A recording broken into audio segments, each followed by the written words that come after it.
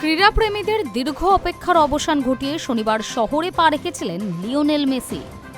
কথা ছিল তাকে নিয়ে খুশিতে মেতে উঠবে আনন্দনগরী, কিন্তু সেটা সম্ভব হলো কই? বদলে প্রাপ্তি শুধুই হতাশা। মেসি কনসার্টকে কেন্দ্র করে যেভাবে যুব ভারতীতে বিশৃঙ্খলা তৈরি হয়েছে তা নিয়ে রাজনীতি করতে নেমে পড়েছেন সর্বভারতীয় ফুটবল ফেডারেশন সভাপতি কল্যাণ চৌবে। রবিবার দুপুরে ক্রীড়া সংগঠক ও রাষ্ট্রবাদী প্রচারক হিসেবে তিনি রাজ্যের বিরোধী দলনেতা শুভেন্দু অধিকারীর সঙ্গে সাংবাদিকদের মুখোমুখি হন কল্যাণ চৌবে। তিনি বলেন, মেসি ও রোনাল্ডো বিশ্ব ফুটবলের দুই কিংবদন্তি। তাদের নিয়ে দুই ভাগ হয়ে যান সমর্থকেরা। যতগুলো ফুটবল খেলিয়ে দেশ রয়েছে, সব দেশেই তাদের অসংখ্য ফুটবল সমর্থক রয়েছে। অনেকের কাছেই তারা সর্বকালের সেরা।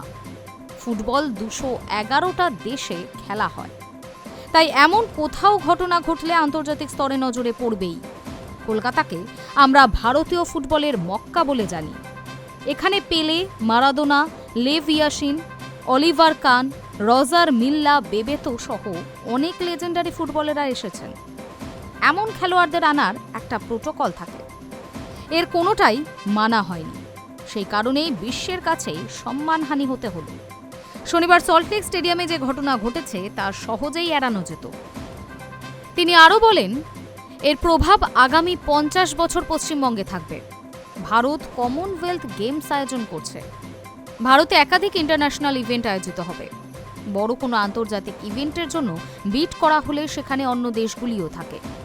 সেই সময় প্রশ্ন উঠতে পারে, কলকাতা বা পশ্চিমবঙ্গকে সত্যি আন্তর্জাতিক মানের প্রতিযোগিতা আয়োজন করার জন্য তৈরি? এখানকার ব্যবস্থাপনা কি পরিণত? খেলা হলো একটা দেশের সফট পাওয়ার। সেখানে উল্লেখযোগ্যভাবে উপরের সারিতে রয়েছে ফুটবল। 211টা দেশে খবরটা ছড়িয়ে গিয়েছে। এটা ব্যক্তির বা রাজনৈতিক দলের ক্ষতি নয়। পশ্চিমবঙ্গে আন্তর্জাতিক খেলার ক্ষেত্রে বাধা হয়ে দাঁড়াবে এই ঘটনা। মেসি কনসার্ট ছিল সম্পূর্ণরূপে একটি প্রাইভেট অনুষ্ঠান, যে অনুষ্ঠানে যোগ দেওয়ার জন্য ফেডারেশন সভাপতি বেশ কয়েকবার ব্যক্তিগতভাবে যোগাযোগও করেছিলেন অনুষ্ঠানের প্রধান উদ্যোক্তা শতদ্রু দত্তের সঙ্গে। কিন্তু ফেডারেশনে আপাতত কল্যাণ বিরোধী বলে পরিচিত সাজি প্রভাকরণ ও রঞ্জিত বাজাজকে মেসির দিল্লি সফরের অ্যাডভাইজার করেছেন শতদ্রু। এতেই প্রতিশোধের সুযোগ খুঁজছিলেন কল্যাণ।